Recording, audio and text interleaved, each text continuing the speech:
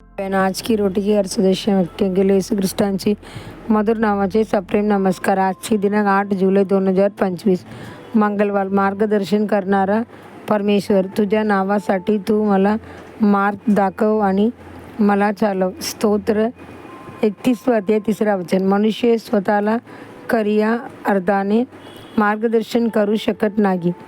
बालपणात आपल्याला शिक्षकांची गरज असते. आयुष्यात आपण मित्र, सल्लागार, ज्ञानी लोक किंवा नेत्याकडून मार्गदर्शन शोधतो. पण आत्म्याला कोण मार्गदर्शन करू शकतो?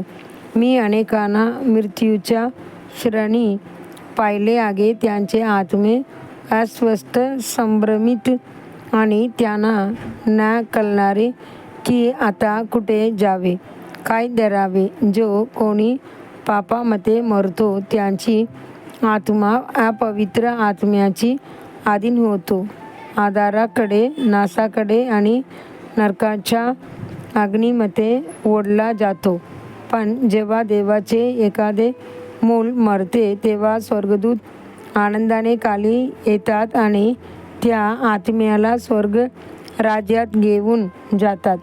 काय तेजस्वी क्षण असतो तो! राजा दावीद याने पृथ्वीवरील जीवनात सुद्धा आणि आनंदकालात सुद्धा परमेश्वरालाच आपण मार्गदर्शक निवडले. त्याने तळमळीने प्रार्थना केली, तुझ्या नावासाठी तू मला मार्ग दाखव आणि मला चालव. स्तोत्र 31 अध्याय 3 वचन. जसे एक राखणदार आपल्या मेंढ्याने नेतो, दुष्ट असलेल्या व्यक्ती आंधळ्याला मार्ग दाखवतो, सगळ्यांना मुर्गाला शिकवतो, बलवान दुर्बलताला आधार देतो, तसेच आपण आपला मगान व आनंद प्रभू दररोज आपल्याला मार्गदर्शन करावा अशी इच्छा बाळगतो.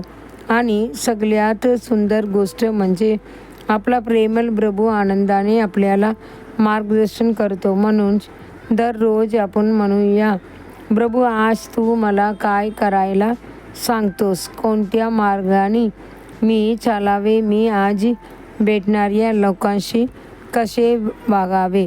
बायबल आपल्याला वचन देते, परमेश्वर तुला सदैव मार्गदर्शन करील, क्रोडीत तुझा जीव तृप्त करील, तुझे काडे बळकट करील. तू पाण्याने भरलेल्या बागेसारख्या व न शुष्क होणाऱ्या झऱ्यासारखा राखशील. येसाया 58 अध्याय 11 वचन.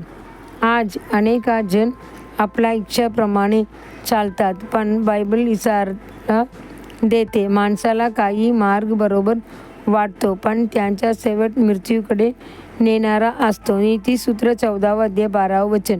प्रिय देवाचे लेकरा, आपली इच्छा आणि आपला मार्ग परमेश्वराच्या हाती सोपवा. जेव्हा तुम्ही तुमचे मार्ग त्यांच्या हाती देऊन टाकता तेव्हा तो तुम्हाला आपल्याला उच्च हेतूप्रमाणे मार्गदर्शन करतो.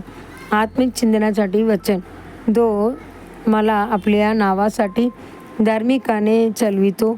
जरी मी मृत्यू पडछायेच्या दरीतून चाललो तरी मला कोणत्याही वाईटाची भीती वाटणार नाही, कारण तू माझ्यासोबत आहे. स्तोत्र 23 अध्याय 3 आणि 4 वचन. आजच्या बायबल वाचन सकाळी आयु 36 अध्याय 37 अध्याय. संध्याकाळी प्रसिद्धाची कृत्य 15 अध्याय 22 वचनचे 41 वचन. धन्यवाद.